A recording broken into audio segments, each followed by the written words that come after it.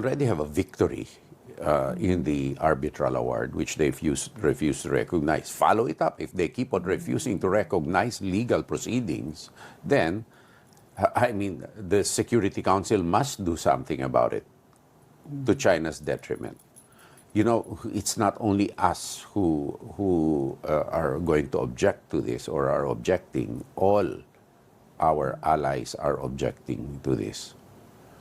Now, that's beyond my paycheck. It's just my 2 cents worth. They announced that they were going to build a nature preserve in Scarborough Shoal, and they're very active around the shoal. And in Second Thomas Shoal, they've been quiet for over a year until recently when they did drills, and they even came close to our outpost, BRP Sierra Madre. So what's happening? Has anything changed? No, I don't think anything has changed, but it's really a manifestation of their long-held plans, held in reserve. I mean, they really plan to take control over the whole area. That's why we really have to be very realistic that insofar as Scarborough is concerned, we have a victory already that says that it is an artisanal fishing ground of Vietnam, the Philippines, and China. You know, we must pursue that victory. On the second end, my job is to really create a deterrent posture as quickly as possible so that our diplomatic toolkit of our policymakers becomes more steady and more meaty. We expect these things to happen, given the fact that our posture has been the firmest in recent years of any administration, and that's not going to change. Now, I'm also glad, on the other hand, that China's true intentions are being manifested because they are on a charm offensive, a charm offensive that really is belied by what they are doing here. So that charm offensive is really sinister and insidious and should not be believed. As I've said also before, Marites, that this is a struggle. It will not be resolved overnight, but it will not be resolved by accommodation and appeasement on our part in any case. You've always mentioned that there's a deficit of trust towards China. How can they gain the trust of the Philippines and the Filipinos? Get out of the area. Simple. I mean, it's 800 kilometers away from their shores. Mm-hmm. I mean, no self-respecting or self-believing person is doing that. And now, now they're trying to teach us even what the proper path for diplomacy should be. When we were a founding member of the United Nations, the PROC was not. It was the Republic of China, not them. So for them to school us in the proper way, the right path, I think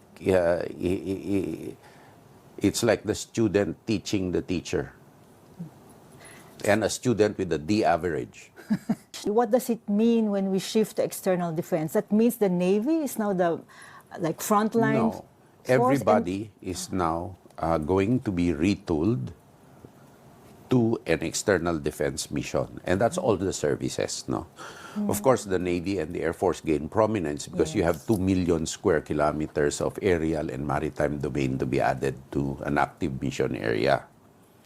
However, the Army still has a very, very vital role in this for deterrence, because deterrence is built in a position of depth. Mm-hmm. And the internal security role will still not dissipate, particularly if you anticipate that the easiest way for an external threat to compromise a target country is to weaken the internal fabric.